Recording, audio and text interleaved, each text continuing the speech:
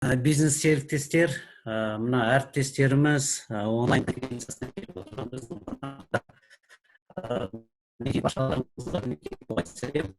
Павлодар қаласының павлодар ретінде жалпы қазақстан жағынан мінекей бүгін қасиетті 12 айдың сұлтаны қасиетті Рамазан айы ғой. Сондықтан осы баршаларыңызды мынау осы Рамазан айымен құттықтаймыз. Жасап жатқан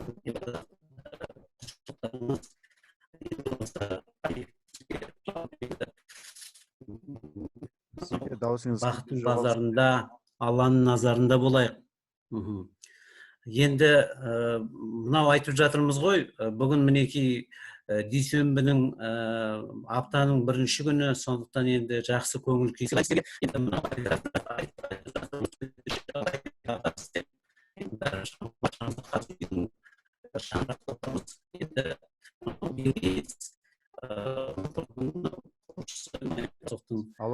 Сол айтқандай 21 ғасыр жалпы ақпарат ғасыры дейді ғой. Сондықтан мінекей бүгінгі сіздерге беретін ақпаратымызда мынау бүкіл әлемде қазір дағдарыс болып жатса, шығыс елінде осыны бір жағынан дағдарыс десе, бір жағынан жаңағы мүмкіндік деп есептейді екен. Сондықтан біздің беретін ақпаратымызды мүмкіндік деп есептейміз. Енді өзімді таныстырып кетейін. Мен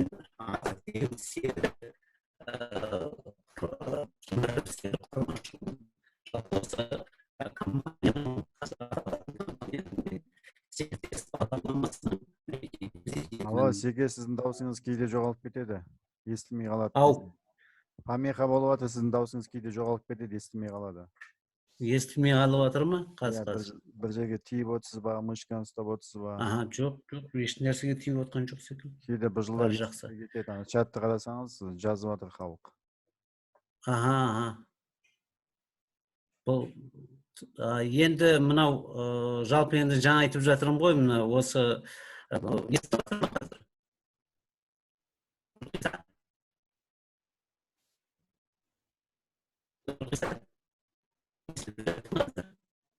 Даусыңыз жоғалып кетті тағы да. Жоғалып кетіп жатыр ма? Иә. Қазір онда. Мүмкін наушник тағып көресіз. Жоқ, мен наушникті алып тастадым. Мынау бір қосылмай тұр ғой мынау. Қазір білмеймін.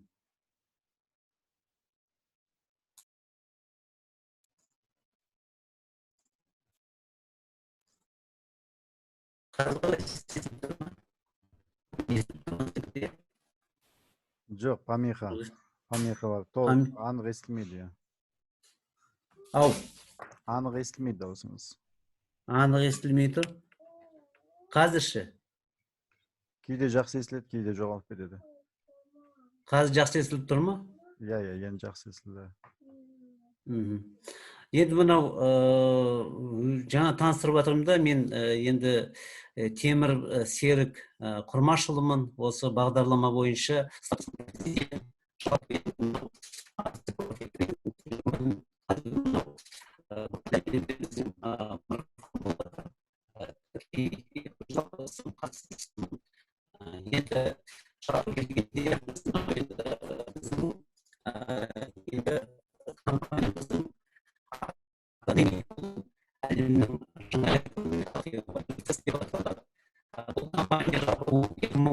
жылы.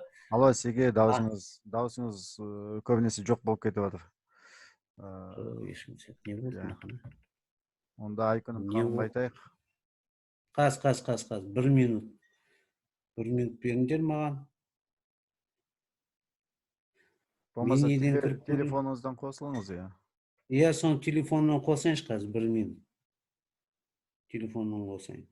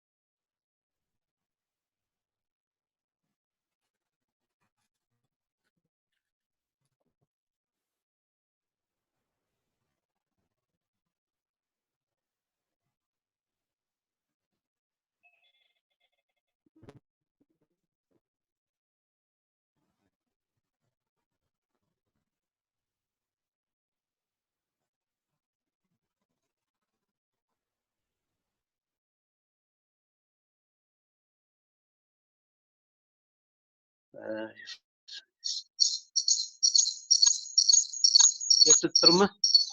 Естіледі, бірақ компьютерде өшіруге тура келеді, шиқылдап кетеді, екеуі жақын болса. Мына компьютерді өшірші дауысын. Дауысын өшір. Қазір бастаймыз қазір.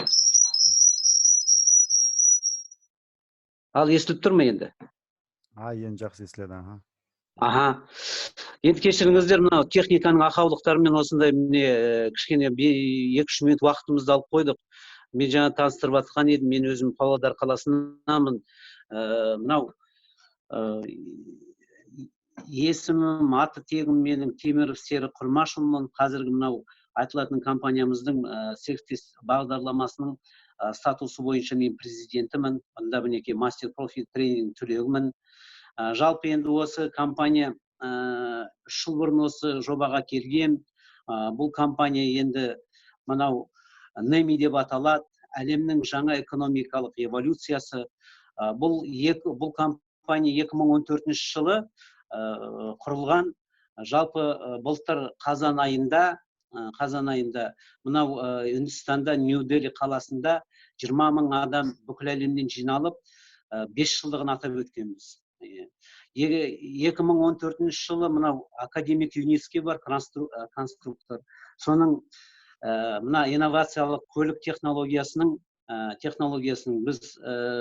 біздің компания крауд инвестингпен қолдап, крауд инвестинг бағдарламасы бойынша қолдап, сол бүкіл әлемнен қор жиналып, Белоруссияда үлкен экотехнопарк, мынау сынақ алаңы салынды.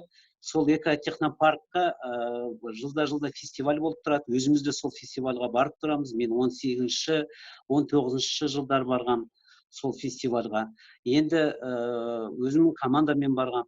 Жалпы енді сол проекті, бұл біздің ең алғашқы проектіміз, алғашқы жобамыз.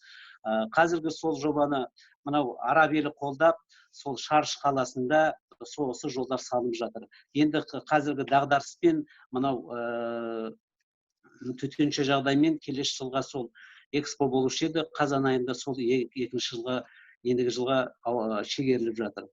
Енді жалпы енді айта кететіндей, мынау мен жаңа айтып жатырмын ғой, мен осы компанияның инвестормын деп, мінекей. Жалпы енді әлем бойынша байлар бай түсетті, кедейлер, жарлылар кедейлене береді екен. Богатый богатеет, бедный беднеет деген мынау Роберт Кийосакидің, бұл енді американдық мультимиллиардер, соның квадрант денежного потока деген кітабында жазылып кеткен. Жалпы енді бірінші топта, мынау қарап тұрсаңыздар, бірінші топта мінекей, бірінші секторда бұнда жұмысшылар істеген. Жұмысшылар енді жалпы бюджеттегі адамдар, мұғалімдер кіреді, дәрігерлер, полиция қызметкерлері, жаңағы банк қызметкерлері, жеке меншікте жаңа жалданатын жұмысшылар кіреді екен. Бұнда енді әрине өзінің бұлар еңбектерін, өзінің жұмыс уақытын белгілі бір айлыққа сатады екен. Енді солай. Енді бұнда әрине бұнда уақыт та жоқ, ақша да жоқ. Неліктен? Өйткені әрине адам айлықтан айлыққа дейін ғана жұмыс істейді. Сондықтан бұл жерде әрине ақша өзіне аз болып қалған уақытта, мысалы кредит аламыз, екінші жұмысқа түсеміз, содан бар уақыт міне осымен кетеді екен. Өміріміз де осымен кетіп жатады. Енді бұған келіспейтін адамдар екінші топқа, жеке меншікке кіріп жатады. Міне байқап отырсыздар, мен компьютерден қарап отырмын. Екінші топқа кірген, бұл келіспейтін адамдар. Өйткені мен өзім де сол 2000 жылдары осы мен келіспей, бірінші секторда мен өзім болған, әйелім де қазір мұғалім болып істеп жатыр. Екінші топқа мен кірдім, мен секілді адамдар кірді. Бұнда енді шағын бизнес, бұған енді бутиктары бар, дүкендері бар. Кішкене жаңа шиномонтажка, салондары бар, сондай адамдар жатады. Енді бұнда әрине велосипедтің педалін сіз айналдырсаңыз жүреді, айналдырмасаңыз тоқтап қалады. Сол секілді бұл жұмысыңыз да солай. Сіз жұмыс істесеңіз жұмысыңыз жүреді, жұмыс істемесеңіз еңбек келмейді, ақша болмайды сіздерде деген сөз ғой. Сондықтан әрине бұнда ақша бар, кішкене ақшаңыз айналымда болады, бірақ әрине жаңағы уақытыңыз болмайды. Мен мысалы 20 жылдың ішінде семьяммен шетелге бір шығып қыдырып көрген жоқпын. Бұл енді әрине уақыттың жоқтығынан. Енді үшінші топқа қарайық. Үшінші топта мынау қарап тұрсаңыздар үлкен бизнес екен. Бұл үлкен бизнеске не жатады? Үлкен бизнеске бұл система құрылған бизнес. Мінекей, сондықтан бұл бизнеске жалпы үлкен жаңағы сеть аптекасы бар, автозаправкалары бар, жаңағы сеть анау дүкендері бар, үлкен жаңағы система қойылған. Міне осында адамдар осында жатады екен. Бұнда әрине ақша да бар, бұнда әрине уақыт та бар, бірақ қазір конкуренция, қазір мінекей төтенше жағдаймен өте қауіпті бұларға да. Енді төртінші топқа мінекей инвесторлар жатады.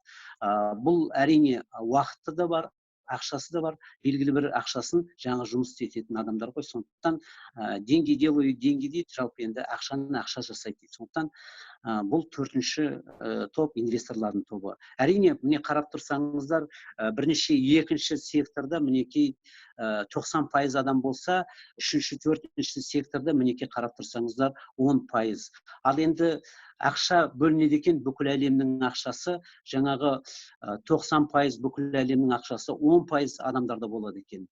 Яғни үшінші, төртінші секторда. Ал енді 90% адамда 10% тек ақша көрдіңіз бе? Бірінші, екінші секторда. Мен қарап тұрсаңыз, қандай әділетсіздік. Енді 2012 жыл мен өзімнің емнен айта кетейін, 2012 жылы мен осы жүйелі бір маркетинг компаниясына барып қалып, сонда бір жас қыз маған осы квадрантты туралы айтқан еді. Сонда айтып еді, аға, сіз қай жаңағы квадрантта, қай секторда болғыңыз келеді деп. Мен айтқам, әрине инвестор болғым келеді деп. Сонда сол кісі айтқан еді, сол қыз, мына сіз қазір мына кәсіпкерсіз, екінші сектордасыз, екінші сектордан сіз инвестор бола алмайсыз, бірінші, екінші сектордан мүмкін емес деген. Қазіргі жағдайда мінекей технологиялар келіп жатыр, жаңа жаман өзгеріп жатыр. Әрине, мынау Роберт Кийосакидің де осы квадранты өзгеріп жатыр. Сондықтан осындай біздің компаниялар келіп жатыр. Бірінші сектордан да, мынау екінші сектордан да сіз кішкентай ақшамен де осы инвестор бола аласыздар. Сондықтан біз өзіміздің компанияға мінекей сіздерді мінекей шақырып жатырмыз. Жаңа айттым ғой, бұл компаниямыз жаңа әлемнің жаңа экономикалық эволюциясы. Бұның компаниямызды құрастырушысы, компаниямызды құрған Андрей Федорович Хавратов деген азаматымыз.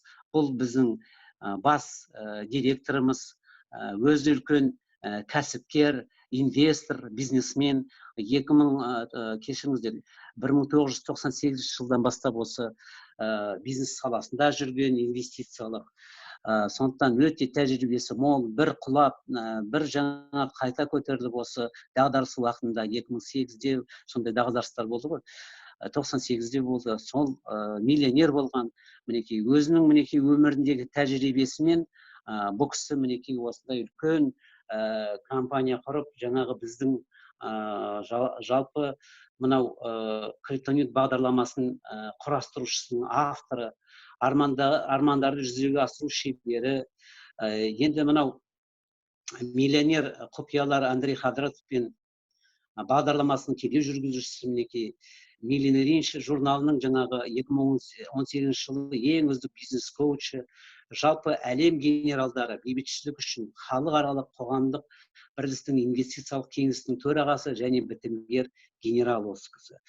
Әлем генералдары бейбітшілік үшін халықаралық қоғамдық бірлестіктің бейбітшілік көгершін медалімен марапатталған. Марапатталған кезде өзіміз куәміз, өзіміз болғанбыз сол үлкен бір конференцияда. Біздің 1000 жылдық адамдар энциклопедиясын енген мынау Ресейдегі көрнекті көшбасшылардың топ 100-іне кіретін азамат. Осы мінекей Андрей Хавратов. Енді келесі слайдты Нұрпейса аударып жіберсеңіз, біз енді жалпы біздің мынау компаниямыз 3 құрамдас бөлігі бар. Бірінші оқу. Әрине, мынау осы оқу өйткені оқымасақ қазір біз қанша, мен өзім 2000 жылдан бері қанша мысалы осы жеке кәсіпкер болып жүріп қанша қателік жасадым. Сондықтан әрине мына оқу керек, өйткені әкеден атадан қалып жатқан мұралар бар, не болмаса жаңағы мынау лотерея ойынынан ұтып алып жатқан адамдар бар, миллиондаған қаржыларды, иә, соны жоғалтып жатқан адамдар неге, оның 90% жоғалтып алады екен? Неге? Өйткені олар бұл ақшаны дұрыс қолдану білмейді. Сондықтан әрине ақшаны қолдану үшін, дұрыс қолдану үшін бизнес инвестор болсаңыз, оны дұрыс қолдану үшін осы оқу бағдарламасын біздің компания ұсынады. Екінші, енді бірлескен меншік иелігі, сіз осы совладелец дейді ғой, осы компанияның инвесторы боласыз. Үшінші бөлігі бұл бизнес. Біз қазір осы бизнесте жүрміз. Мен мысалы 2017 жылдан бастап үлкен командам бар. Осы мінекей бизнесте жұмыс істеп жатырмыз. Бұл үшінші бағыты. Енді мынау әрине әр нәрсе енді оқуменен табылады, тоқуменен табылады ғой. Сондықтан бірінші мынау оқу бағдарламасын біздің Андрей Хавратов ұсынып отыр. Сондықтан бұл кісі жеке инвестор академиясын ашқан. Бұл 2011 жыл құрылған. Қаржылық сауаттылық арттыру және дамытуға арналған интернет порталы деп мінекей көріп тұрсыздар. Және де бұл порталда қазіргі таңда 600-ден астам студент бар. Алуан түрлі курстар мен тренингтер өтіліп жатыр. Біз де осы курстардың өткенбіз, тренингтарын өткенбіз. Және енді мынау адам, енді келіп жатқан қонақтарымызға айтамыз, құлақтарын алтын сырға, мынау оқу осы бизнесқа келген кезде енді өзіңіздің белгілі бір өзіңіздің жаңағы қаражатыңызбен кіресіз ғой. Ол енді қазір жоғарыда айтылып кетеді, қандай қаражатпен кіруге. Сондықтан қай қаражатпен кірсеңіз де, мынау ең бірінші сізге не беріледі? Ең бірінші сізге оқу ақпаратының өнімдері беріледі. Бұл ОИП дейді. Сіз сол пакеттерге байланысты өзіңіздің жаңағы қаржыңызға алатын сізге сол осы пакеттер беріледі. Және плюс осыған қоса осы криптоинвесттің жаңағы балдары беріледі. Бұл не береді? Қарап тұрсаңыздар, жеке инвестордың 8 ережесі береді. Бұл 8 ережесінде қарап тұрсаңыздар, сіз қанша осыдан білім аласыздар. Және жеке инвестициялаудағы алғашқы қадамдар, үшіншісі жеке инвестордың дамуындағы 12 деңгей, жеке инвестордың қашықтықта оқытуы, $1 қалайша 1 миллион айналады, мінекей капитализация деген не, Мәскеудегі биржадағы трейдинг, жеке инвестордың базалық оқуының 12 курсы, инвестициялық кеңесшісінің кәсіби онлайн курсы. Осының бәрін сіздер біздің компаниямыздан мінекей оқып шығасыздар. Енді әрине оқу ақпарат өнімдері ойымыз мынау жалпы енді бизнес және тұлға өсу тақырыптары деп жатыр ғой. Осының мінекей кез келген адамның қалайша ақиқатқа айналдыруға болады дейді мінекей арман. Екіншісі мінекей қазіргі немесе бұрын табыс болса, табысқа қалай қол жеткізуге болады. Тайм менеджмент беріледі. Табысқа жетудің 8 негізгі қағидасы, қосымша табыс көздері, өмір ойыны, дербес коучинг. Осының барлығын сіз осы ақпараттан аласыздар. Енді әрине жаңағы тренажер дейді, мына осы қаржы данышпаны қазір мінекей онлайн түрінде құрып жатырмыз. Иншалла осыны өтеміз. Жалпы мен осы ойынды мастер профиді барған кезде, тренингтен өткен кезде осы ойынды өткенмін. Өте мықты біздің көшбасшымыз Жамила Жақуповна осы ойынды өткізген. Мен өзімдегі өміріндегі мысалы жеке кәсіпкер болып жүріп, қанша қателігімді осы мінекей тренажердан өзім ойнап түсінген едім. Бұл енді тренажерді бір емес 5-6 рет ойнау керек. Сонда ғана нақты жаңағы өзіңіздің қателіктеріңіз бәрін түсіне бастайсыздар. Бұл енді нақты өмірдегі оқиғалардың модельдейтін экономикалық үстел ойыны болып есептеледі. Негізгі мақсаты арманыңызға қол жеткізу және байлық шеңберіне ену. Енді біз ары қарай Нұрғиса слайдты өткізе берсеңіз, енді жалпы біздің мынау криптонит бағдарламамыз 2019 былтыр Алматы қаласында ашылды. Бұның ашқан енді жаңағы бүкіл әлемге 170 мемлекетке ашқан Андрей Федорович Хавратов. Енді мінекей биыл бір жылы болды сол осы март айында, наурыз айында. Міне соны атап өттік. Сондықтан енді біз осы криптонит бағдарламасының мінекей слайдты көріп тұрсыздар ғой, мінекей. Осының енді ары қарай жалғастырып, осыны ары қарай мінекей өздеріңізге түсіндіретін менің енді осы мынау бизнес серіктесім Айкүнім мінекей Қуанышқа беріледі. Сол кісі ары қарай жалғастырып, мінекей бүгінгі осы бағдарламаны ары қарай өздеріңізге түсіндіреді. Осы біздің компаниямыздың статусы бойынша вице-президенті, үлкен командасы бар. Жалпы бұл енді өзімнің серіктесімді Айкүнімді сыйлаймын. Өмірдегі, өнердегі мінекей әріптесім десек артық болмас. Бұл әрине анау өнердегі мынау қобыз аспабының құлағында ойнайтын осындай бір керемет қазақ батыры деп есептеймін. Осы бизнестегі батыр қызымыз Айкүнімді қарсы алыңыздар. Рахмет, Серік. Рахмет, Серік. Рахмет. Сұрайын, басында мінекей кішкене техникалық ақаулар болып қалды, айып етпеңіздер. Жақсы. Рахмет, Серік. Қайырлы күн, құрметті бизнес партнерлар, құрметті ханымдар мен мырзалар. Бүгін міне дүйсенбі күні осы алдымыздағы жұмада жақсы жұмыс атқарып, үлкен жетістіктерге жете берейік. Жаңадан қатарымызға жаңадан адамдар қосыла берсін, клиенттер, біздің бизнес партнерларымыз қосыла берсін. Менің есімім Айкүнім Қуанышқызы, мен өзім елім Астана қаласынамын. Жалпы өзімнің туған жерім Бурабай елі. Осы компанияда мен 2017 жылдан бастап бизнесімді атқарып жүрмін. Жаңа Серік айтып өтті, өзімнің жалпы мамандығым мен өнерде 25 жыл қазақ оркестрінде жұмыс жасаған қобызшы болып. Ал бүгін енді өзіме осындай керемет үлкен бизнес әлемінде осындай үлкен бизнесті жасауға үйреніп жүрмін.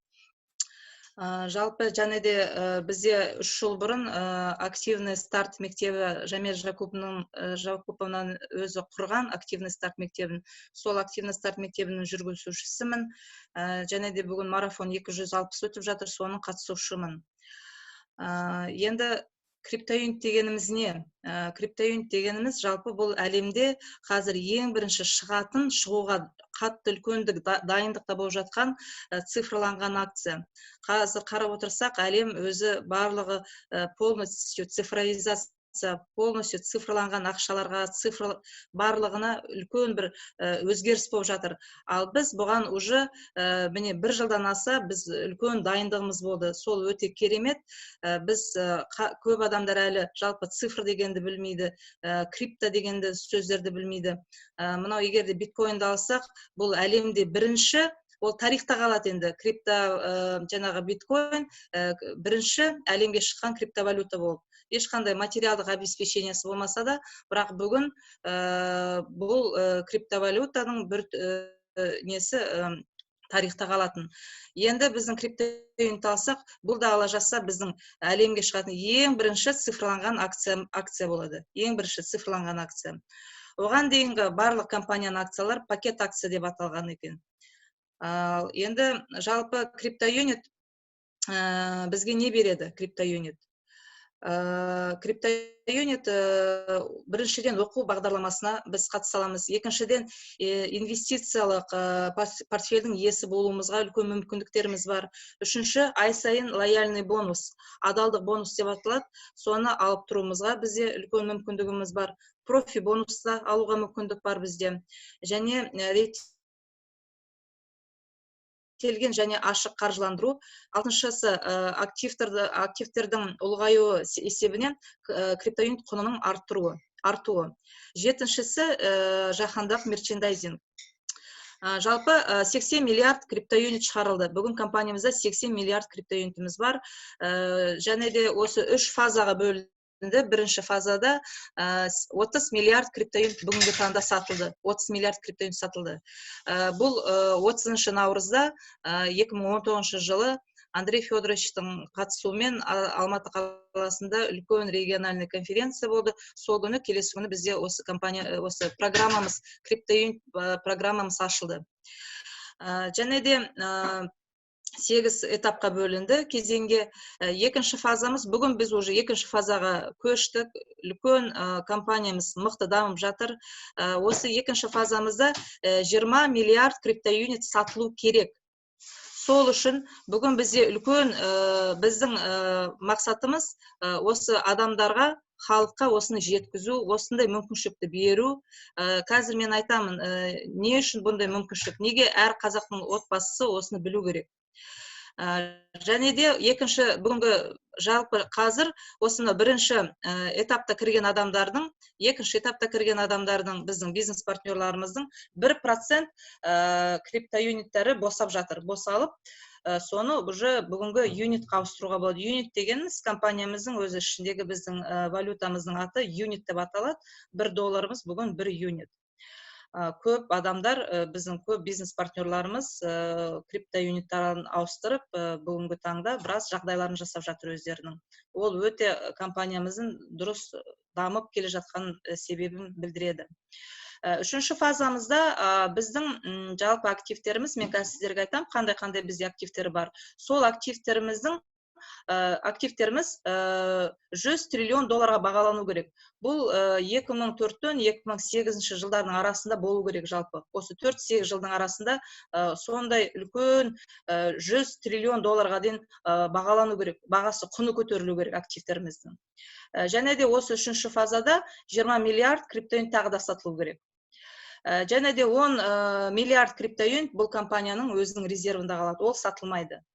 Енді қарай, қандай бізде секторлар бар? Біз жалпы криптоюнит деген бағдарламамыз, криптоюнит бұл 20 бағытта, 20 секторда жұмыс жасайды.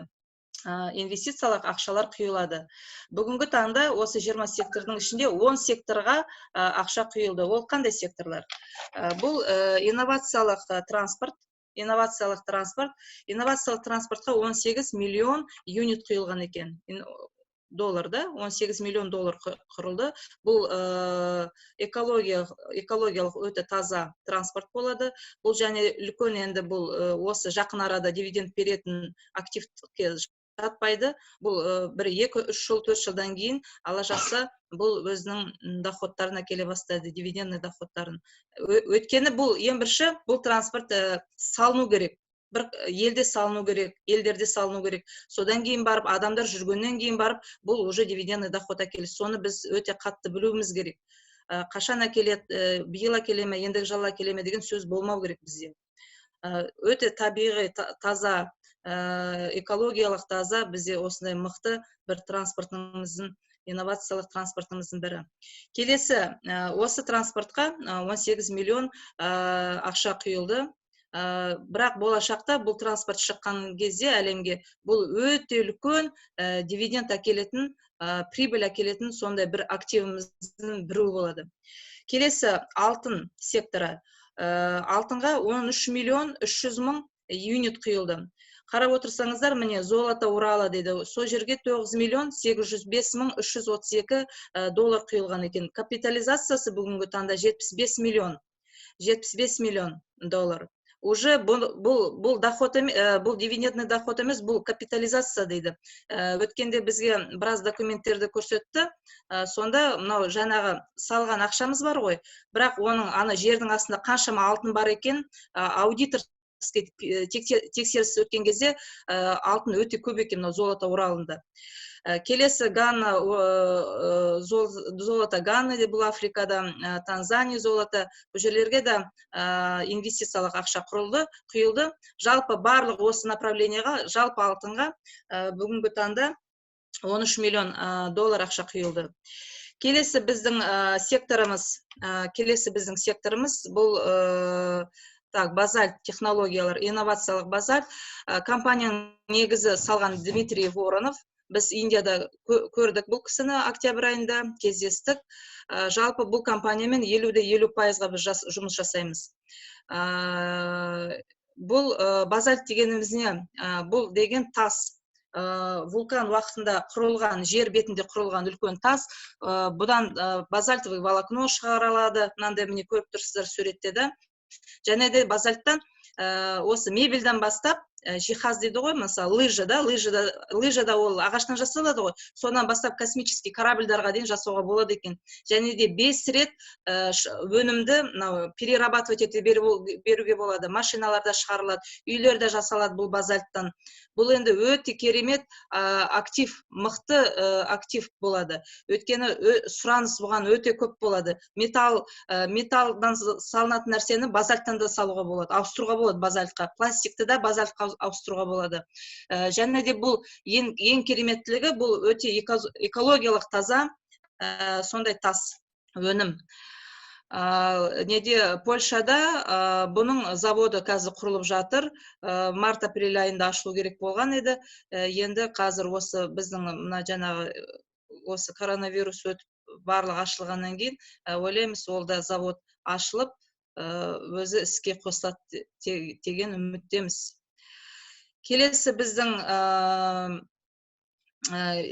активіміздің бірі ол мына суши мастер да. Суши мастер өте жақсы активіміз.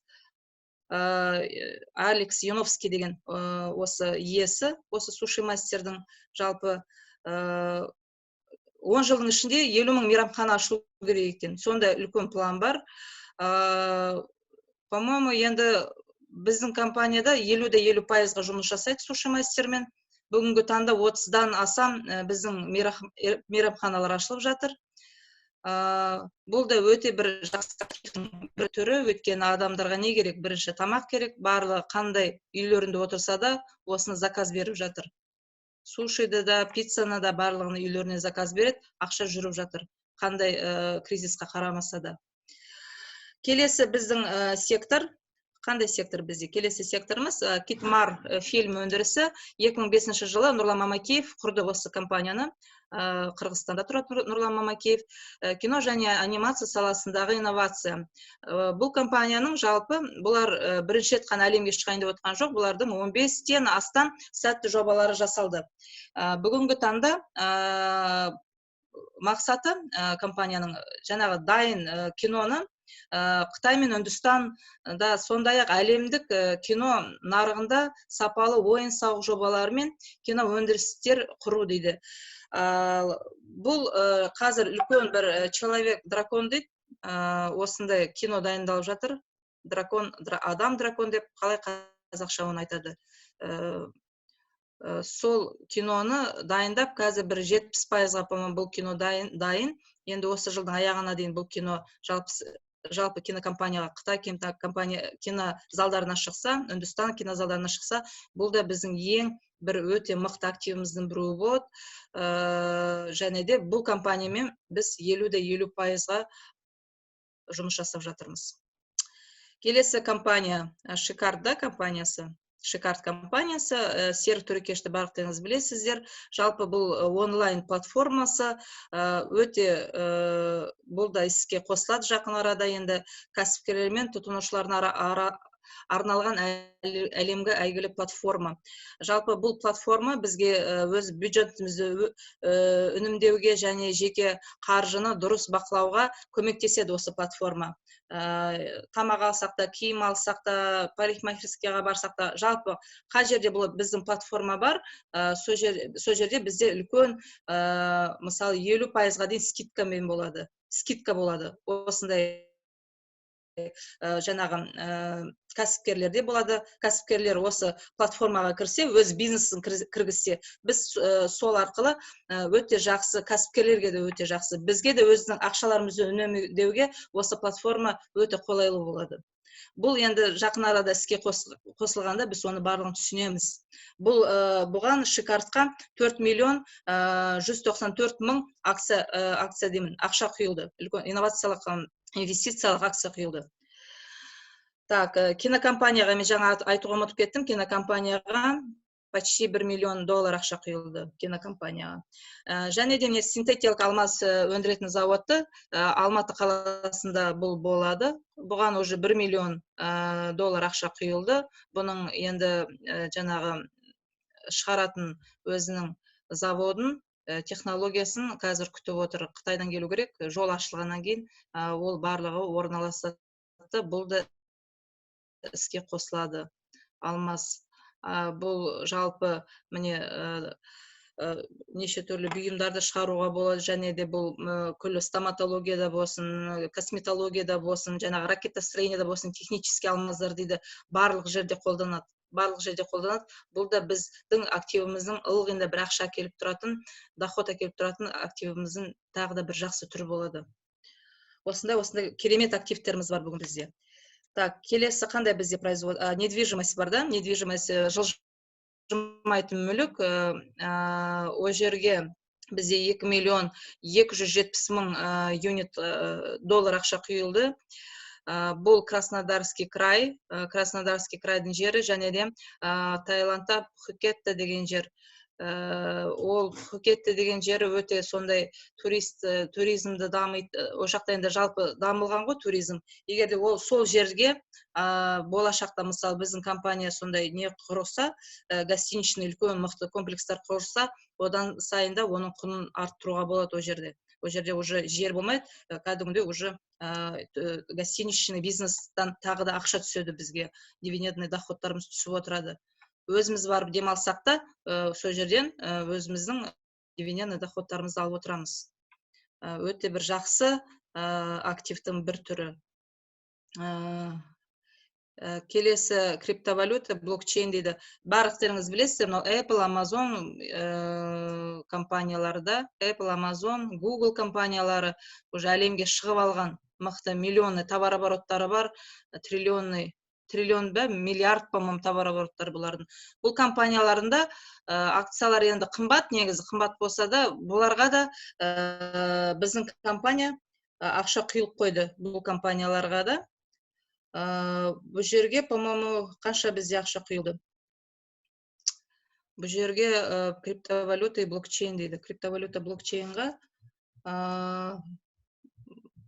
қанша ақша құйылған? Осы компанияларында жалпы акциялары бар бізде. Ал енді осындай бізде енді керемет активтеріміз бар.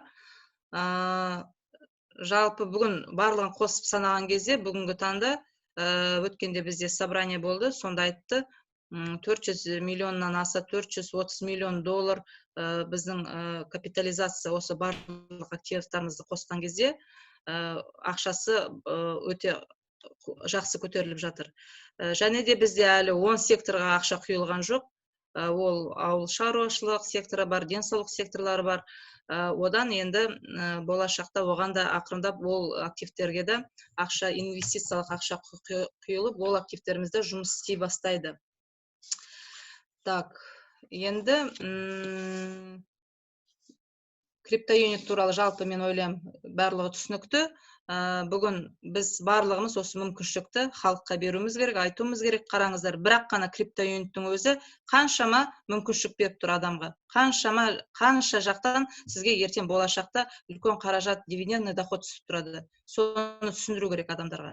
Ал енді мен келесі сөзді біздің компаниямызда біздің президентіміз Дана Қақтаева деген өзіміздің мықты лидеріміз бар, мастер профи тренингінің түлегі, және де марафон 260 біз бірге өтіп жатырмыз. Компаниямыздың лидері Дана Қақтаева сөз берем. Ары қарай барлық қандай бүгінгі последний қандай мықты жаңалықтар болып жатыр, осыны Дана сіздерге айтып береді. Дана? Көп рахмет, Айкүнім. Қайырлы күн, достар. Қалай естіліп тұр мені? Естіліп тұрмын ба? Жақсы, я естіледі. Да, жақсы. Көңіл күйлеріңіз қалай? Карантинді қалай өткеріп жатсыздар? Жалпы менің бүгінгі тақырыбым ол бизнес жайлы. Қазір барлықтарыңыз білесіздер, жаһандық жаңалықтар өте үлкен өзгерістер болып жатыр мынау әлемдік дағдарысқа байланысты. Сондықтан қазір көптеген бизнестер жердегі құлдырап жатыр. Көбінесе қазір онлайн бизнес дейміз, цифрлы IT технологиялар, және де программирование, жаңағы жасанды интеллект дейміз, сондай үлкен IT технологиялар дамып жатқан заман. Менің әріптестерім айтып кеткендей, біз үлкен халықаралық бүкіл әлемдік жаһандық жобаның бизнесіне кіруге мүмкіндігіміз бар. Сол туралы мен бүгін сіздерге біраз айтып кетсем. Көбіміз, например, маркетинг планды айтқан кезде ат-тонымызды ала қашамыз. Неге? Мен өз ақшамды жасап жұмысқа берем, бірақ мен адам шақырмаймын дейміз. Ол әр біріміздің басымызда бар әрине. Онымен келісуіміз керек. Мен де бұл бизнесқа 2017 жылы келген кезде Теміргалиев Манат деген спонсорым шақырды. Ол кісіге әрине алғысым шексіз қазір. Сол кезде мен айтатынмын, мен тек қана жаңағы инвестицияға ақша салам, ары қарай мен бұл жерде қызмет жасамаймын. Бизнеске адам шақырмаймын, маған бұл керек емес деп. Сол сияқты әрбіріміздің ойымыз солай. Бірақ бұл маркетинг жоспарды жасау өте ыңғайлы, өте тиімді, өте оңай. Неге десеңіз, маркетинг бізде классикалық маркетинг дейміз. Маркетингке 8%-дан 37%-ға дейін бөлінеді. Ол сіздің жасаған жаңағы жарнамаңыз үшін, ол сіздің жаңағы адамдарды жаңағы рекомендация дейміз ғой, жарнама арқылы осы бизнеске кіргізгеніміз үшін. Біріншіден біздің құралымыз өте мықты, жаңа біздің әріптестер айтып кеткендей жоғарыда. Біздің бірінші құралымыз ол оқу құралы. Қазіргі заманда білімнің керегін бәріміз анық біліп отырмыз. Білімсіз адам, ол әрине адам болып, білімсіз болған адам, әрине ақша табу қазіргі таңда өте қиын. Сондықтан біз бірінші қазір, мен тағы да айтып өтейін, қаражаттың жаңағы біздің өмірімізде атқаратын рөлі үлкен. Ақшасыз біз алысқа бармаймыз. Қазір бәріміз үйде отырмыз, бәріміз былайша айтқанда уайымдап отырмыз. Ертең күніміз не болады? Салған ақшаларымыз қашан өседі? Қашан оның салымын алып, жаңағы прибыль табысын көреміз деген сияқты. Мұнда ең біріншіден сізді үйретеді. Неге үйретеді? Бірінші, бұл компанияға кіргенде 50 юниттен бастап, жаңағы 25.000 юнитке дейін жаңағы ойыптар дейміз, оқу құралдары сатылады. Әрбір адам осы оқу құралының білім алып, әрі қарай жеткізіп, ақша табуға өте үлкен мүмкіндік жасалынған. 50 юнитіміз, жаңа айтып кеткенде, бір юнитіміз $1 теңеледі. $50 қазіргі ақшамен есептегенде ол 20-22 мың теңге құрайды. Сондықтан әр адамға біз оңай айта аламыз. Қазір көп адамдар қай бизнеске бастарын тігерін білмей отыр. Қайда ақшаны саламыз, қалай көбейтеміз, қай жерден білім аламыз. Сіздердің көпшіліктеріңіз сондай үлкен тәжірибеден өткен деп ойлаймын. Тренингтерге қатысқан боларсыздар, немесе басқа бизнесте де тәжірибелеріңіз бар болу керек. Бірақ айтыңызшы, қай бизнесте сізге білімді де береді, жаңағы алған оқу құралына байланысты үстінен сыйлыққа жаңағы крипто юнит береді. Сондықтан бұл программаны мен айтудан жалықпаймын. Қазір осы бір айдың ішінде бір 50 адам тіркелді десем өтірік емес. Адамдар оңай кіреді. Неліктен? Өйткені сіз біріншіден адамға оқу білім құралын ұсынасыз. Адам жаңағы 100 юнитке алған жүздемей қойғанда 200 юниттек, неге десеңіз, біздің маркетингіміз 200 юнитпен басталса, сіздің бизнесіңіз тез дамиды. Қазір біз екінші этаптың бірінші кезеңін өтіп жатырмыз. Осы 3 күннің ішінде біздің дисконт ауысады. Неге десеңіздер, біз екінші этаптың екінші кезеңіне ауысамыз. 1 мамыр күні. Сондықтан қазір мынау 3 күннің ішінде осы мүмкіншілікті сіздер жоғалтпаңыздар, әр адамға айтыңыздар. Біз қазір жаңағы адам шақырылып отырған жаңағы біздің жаңа партнерлерге үлкен мүмкіншілік сыйлаймыз. Қандай мүмкіншіліктер бар? Біріншіден, келген адам $50 дисконт ауысады. Қазір $50 333 крипто юнит беріледі. Және де 4 курс 565 минут. Біз көбінесе, әрине, өкініштісі бұл курстарға мән бермейміз. Көбінесе ақша салып қоямыз да, бұның қызығын біз қашан көреміз, қашан үстінен прибыль аламыз, қашан табыс көреміз деп соны көздейміз. Негізгі мақсат бізде оқу құралы, соны біліп қойыңыздар. Өйткені оқыған адам ертең ол ақшамен қалай жұмыс істейді, оны қалай басқарады, ол ақшаны әр жаңағы диверсификацияның не екенін, қай уақытта стейкингке салған дұрыс па, әлде оны сатып жіберу керек па, соның бәрін осы құралдар арқылы оқып білген дұрыс. Және де мынау қазір болып жатқан күнде өтіп жатқан вебинарларымыз бар. Соған қатысқан әрине дұрыс.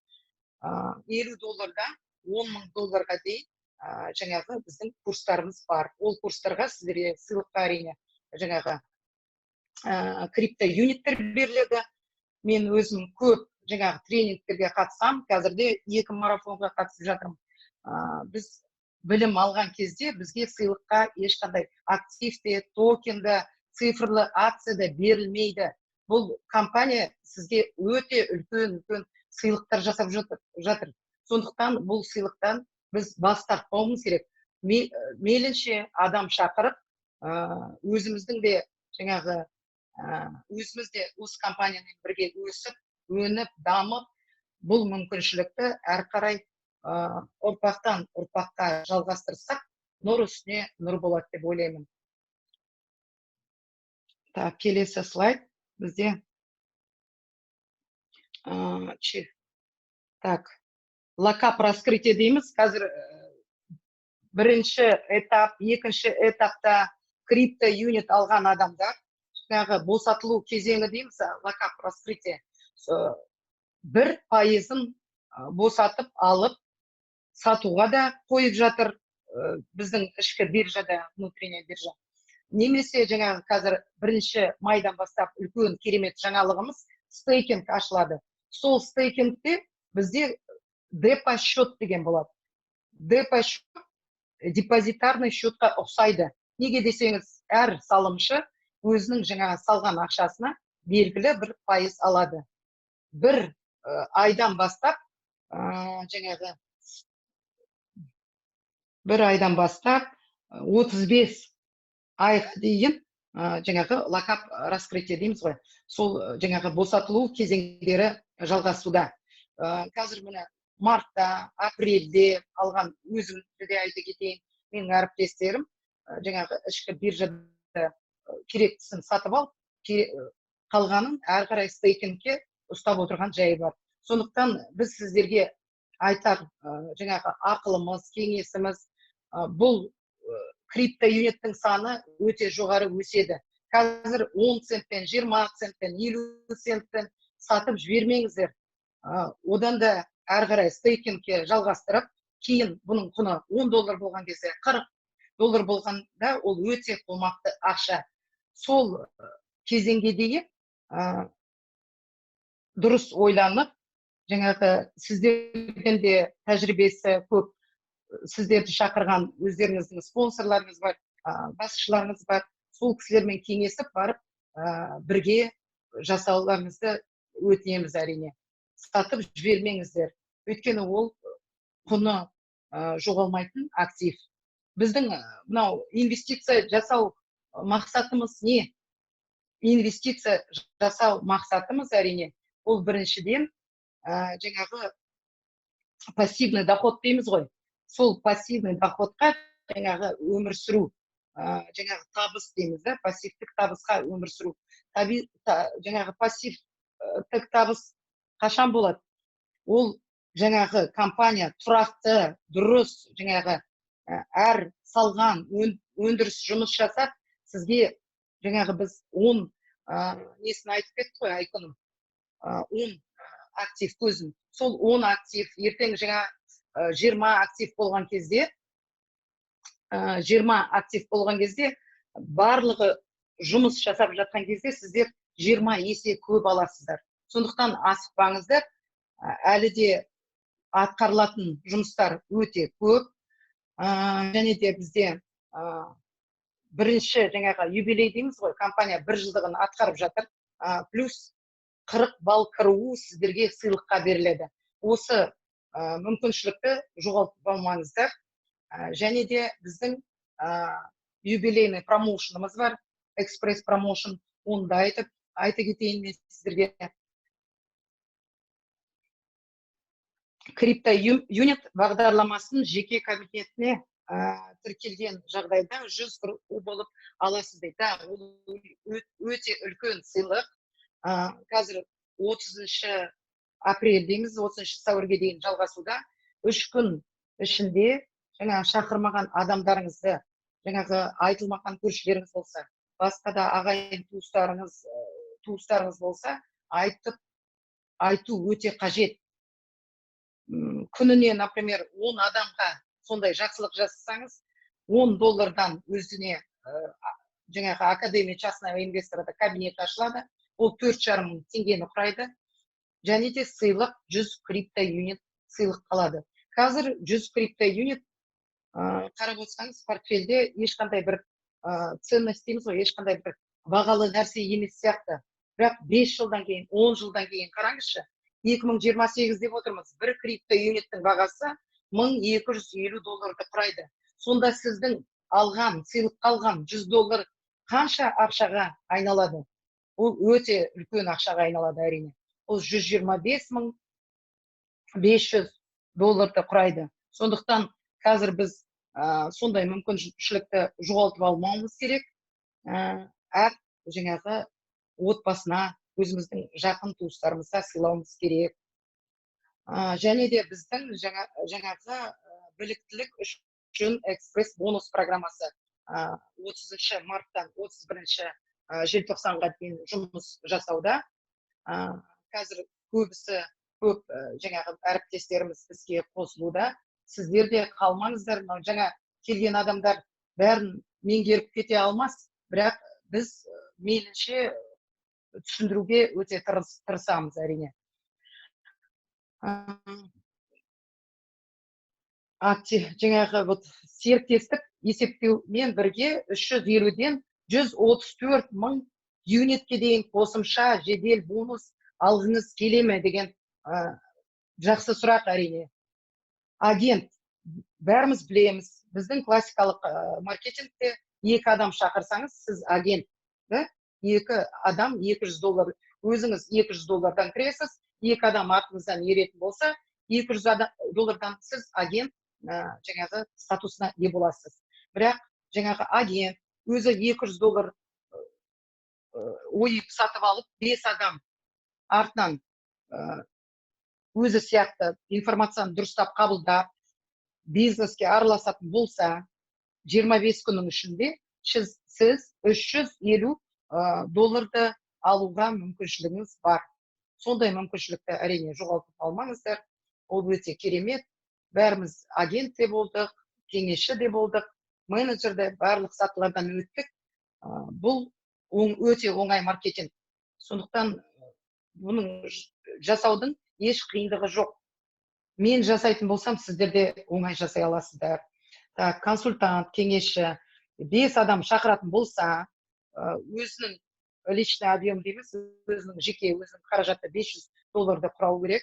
Артынан жаңағы 5 агент тәрбиелейтін болса, жаңағы 100 юнит алады екен. Оның бәрі әрине таблицада бар, оның бәрін мен оқып айтпай қояйын. Мен сіздерге айтатыным, жаңағы агенттен президентке дейін көтерілу сатысы бұл жерде өте оңай, өте тиімді, өте қызықты. Неге десеңіз, сіздер жаңағы оқу құралын айтқан кезде сыйлыққа цифрлы акция аласыздар, криптоюнит аласыздар. Бұл біздің болашағымыз десеңіз, әрбір адам сіздің артыңыздан ереді. Көбісі айтады, біз бизнеске шақыра алмаймыз, өйткені адамдар бұны дұрыс қабылдамайды, дұрыс түсінбейді дейді.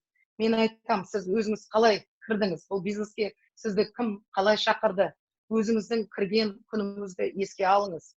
Мен де бұл бизнеске оңайшылықпен кірген жоқпын, өйткені өзіміз түсінбедік. Әрине, 1 жылды жоғалтып алдым. Әрине, мен өкінем, 2016 жылы ең бірінші тыңдаған кезде бұл бизнеске келсем, мен қазір чегім 150 мың емес, одан да может $300 мың құрайтын шығар, кім біледі. Сондықтан бұндай мүмкіншілікті жоғалтып алмаңыздар. Агенттен президентке дейін оп-оңай жетесіздер.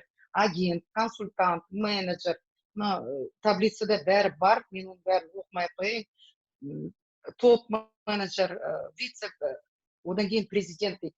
Бізде қазір қарап отырсаңыз, компанияда 70-тен астам президент бар, вице-президент 100-ден астам, одан да көп жаңағы лидер менеджерлер бар.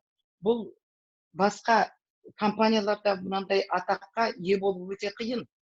Бұл классикалық маркетинг болғандықтан, халыққа өте ыңғайлы, оңай, пайда әкелетін жоба болғандықтан, бұл жерде адамдар оңай араласады.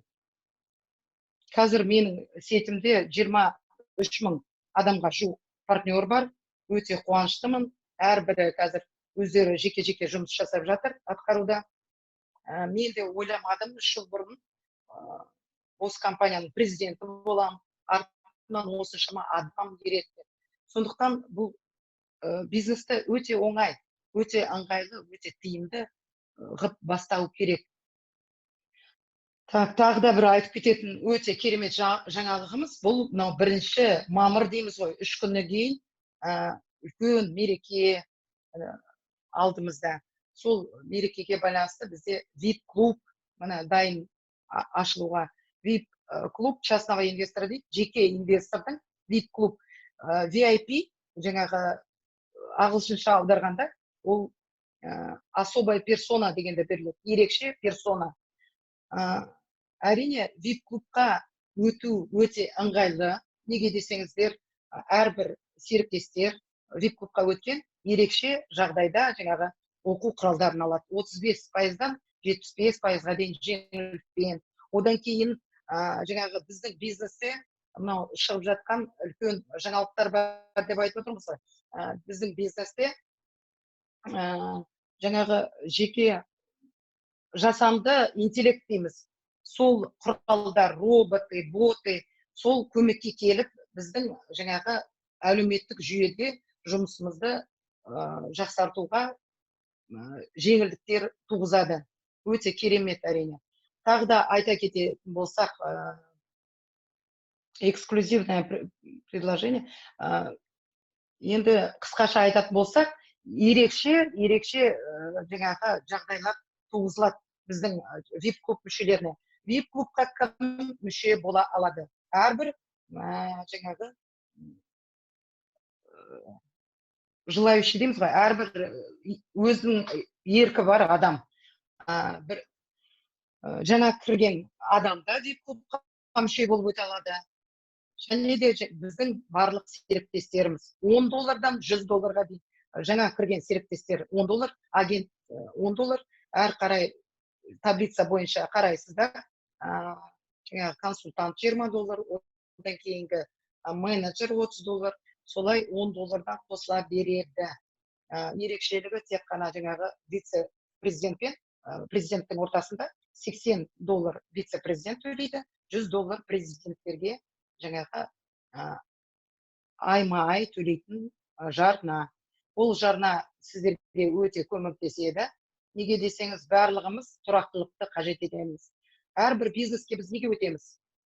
Бизнесті құраған кезде 5 жыл, 10 жыл, 15 жыл, 25 жыл жұмыс істеген адамдарды көрдіңіздер ма сетевойда? Әрине жоқ. Ең үлкен жаңағы гигант компаниялар, жаңағы айтатын болсақ, Гербалайф дейміз, жаңағы үлкен гигант компаниямыз қандай тағы да. Сол компанияларда, например, 10 жыл, 15 жыл еңбек, МВ дұрыс айтасыз, 15 жыл жұмыс істеп, сосын шыңына шыққан адамдар бар. Бізде 2 жыл, 2 айдың ішінде президентті жасап жатқандар бар.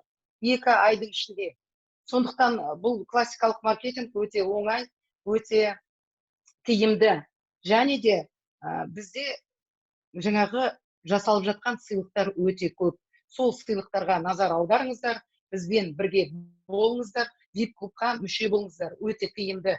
Ол жаңағы, например, президенттің артында үлкен командасы болса, ай сайын тұрақты 10 мыңнан 20 мың долларға дейін алуға әбден болады.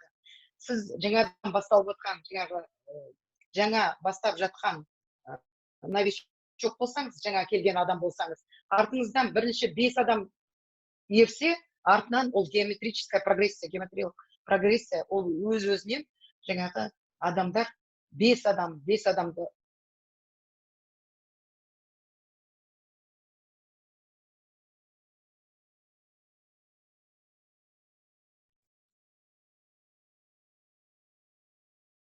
мүше болу өте тиімді. Оны біз әрі де жалғастырамыз. Жеке жаңағы оқу құралдарында айтылып өтеді, ол туралы жеке-жеке.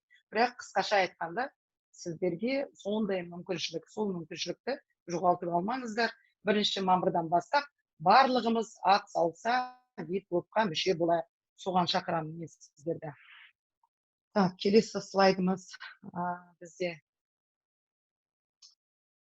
компанияның 5 жылдық мерейтойының құрметіне жаңағы саны шектеулі 350 дана бізде жаңағы 24 каратты құрайтын, диаметрі 40 мм, 35 грамм салмағы бар, сондай монетамыз бар, юбилейный. Сондықтан қазір саны шектеулі, соны алатын адамдар болса, ОИП-тің ішінде мерейтойлық, ол ОИП деген таңбаны басып сатып алуыңызға мүмкіншілік бар. Келесі бізде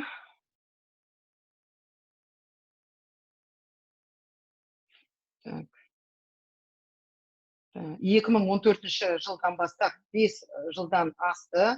Әлем бойынша 1.300.000-нан астам серіктестеріміз бар екен. 170-тен астам елдегі бизнес, инвестициялық және қаржылық және жаһандық бизнес мүмкіндіктері бар дейміз. Енді сіздерге вебинардың соңында айта кететінім, әрине бизнестің түрлері өте көп қазір. Сіздерге де келіп жатқан шығар, почталарыңызға да, WhatsApp-қа да жан-жақтан шақырып мүмкіншіліктерді көрсетіп жатқан бизнестер әрине көп. Бірақ біздің бизнестің ерекшелігі қандай? Ең біріншіден сізді бұл жерде қаржы жағынан сауатыңызды аштырады. Қаржы жағынан сауатыңызды аштыру арқылы әрі қарай сіздер жаңағы сыйлық аласыздар. Ол сыйлық әрине криптоюнит. Ол бағасы жылдан жылға, айдан айға өсіп отыр. Біз бірінші биткоинді 2009 жылы естіген кезде әрине көбісіміз түсінбедік. Ол не деген криптовалюта? Ол цифрлы заман қашан болады? Оның құны қашан өседі деген сұрақтар туып, көбіміз қорқып алмадық. Сондай мүмкіншілікті жоғалтып алдық десек те болады. 1 центтен, 25 центтен басталған биткоиннің бағасы бүгін білесіздер 8 мыңға дейін бағаны құрайды. Кеше 7.857 болған бір биткоиннің құны. Бүгінде өсіп жатқан шығар. Ертең 10 мың болады, одан да жоғары өседі. Біз бүгін сізге 15 центті құрайтын крипто юнит туралы айтып отырмыз, жолдастар. Сондықтан бұндай мүмкіншілікті жоғалтып алмаңыздар. Крипто юниттің құнын айтып кетті жаңа менің әріптестерім. Болар құны 28 жылы $1250 құрайды. Сондықтан қазір 15 центке крипто юнит алған адамдар әрине ұтылған жоқ, тек ұтты. Қазір де ұтасыздар. $1 болғанда да алған адамдар ұтады. $10 алсаңыздар, сіздер ұтылмайсыздар. Сондықтан бұл мүмкіншілікті сіздер мен біздер күнделікті адамдарға айту біздің жаңағы адамгершілік парыз деп санаймын. Келесі енді сұрақтар мен жауаптар болса, сұрақтар болса, біз жауап беруге дайынбыз сіздерге.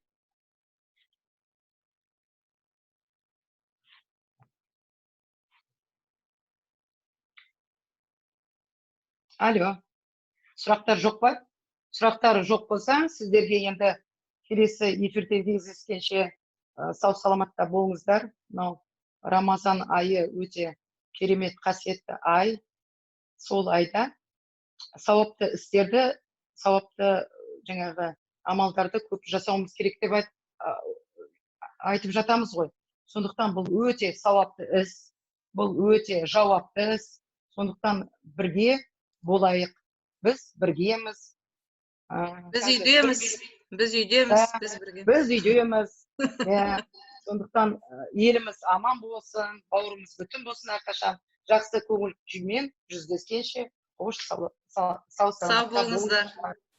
Сау болыңыздар. Рахмет, Дана.